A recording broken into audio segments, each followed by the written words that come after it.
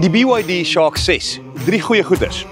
Tegnologie. Sy tegnologie is absoluut ongelooflik. Van die enorme skerms en stelsels in die motor tot sy aandrywingsstelsel.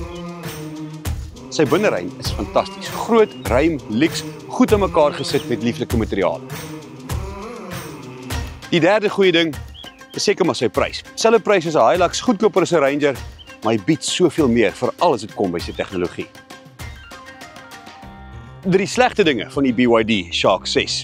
Die eerste een moet wees sy vertrek en aankomshoeke. Mens hoef net na hierdie een te kyk om te sien hoe sleg hulle eintlik is. Nog 'n slegte ding van hom is, wel, hy moet sy betroubaarheid nog wys. In hierdie stadium weet ons werklik nie hoe lank die bakkie gaan hou nie. En dan my laaste slegte ding, hy het geen fisiese 4x4 stelsels of laastrek radkaste nie. Hy maak 100% op sagte ware en elektriese motor staan. Op die ou en dink ons hy's interessant, groot, lyks, ruim, goed geprys, maar hy's nog steeds nie Hilux of 'n Ranger nie. Ry goed. Ry net goed.